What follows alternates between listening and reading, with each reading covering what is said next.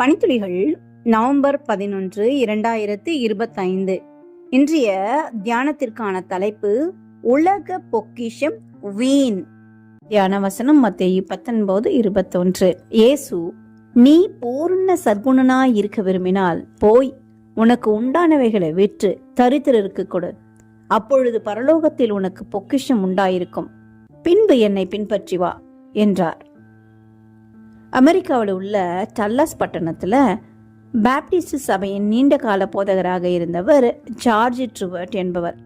இந்த பட்டணத்தின் மிகப்பெரிய பணக்காரரான ஒரு மனிதர் இவரை ஒரு நாள் விருந்துக்கு அழைத்தாராம். விருந்து உபசரிப்பு முடிந்த பின்பு அந்த மனிதர் இந்த போதகரை தன் மேல் வீட்டுக்கு அறையில் அழைத்து சென்றாராம். அங்கிருந்து பார்த்தால் நாலாபுறமும் தெளிவாக பார்க்க முடிந்ததாம். அந்த மனிதர் அந்த போதகரை நோக்கி, 25 ஆண்டுகளுக்கு முன்பாக ஒன்றுமில்லாதவனாக இருந்தேன். இதோ நீங்கள் காண்கிற எண்ணெய் கிணறுகள் யாவும் இன்று எனக்கு சொந்தமானவை. மேலும் நீங்கள் எதிர் திசையில காண்கிற வயல்வெளிகள், மந்தைகள், இன்னும் மேற்கு திசையில உங்கள் பார்வை செல்லும் அளவும் விரிந்து கிடக்கும் காடுகள் யாவும் என்னுடையவைகள் என்று கூறிவிட்டு, போதகர் தன்னுடைய கடினமான உழைப்புக்காக தன்னை பாராட்டுவார் என நினைத்தாராம்.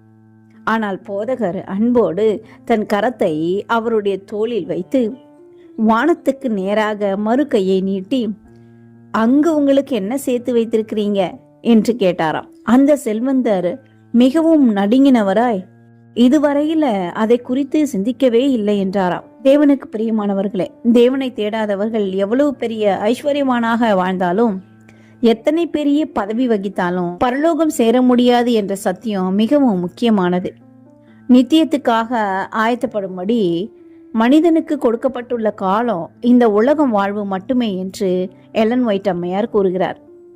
இந்த வாழ்வின் நாட்களிலேயே பரலோகத்துக்கு நாம் ஆயத்தமாகும்படிக்கு தேவன் கிருபை செய்வாராக.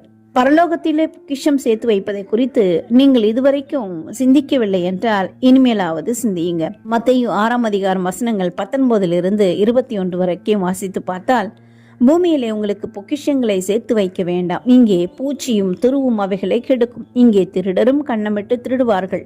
பரலோகத்திலே உங்களுக்கு பொக்கிஷங்களை சேர்த்து வையுங்கள், அங்கே பூச்சியாவது துருவாவது கெடுக்கிறதும் இல்லை, அங்கே திருடர் கண்ணமிட்டு திருடுகிறதும் இல்லை.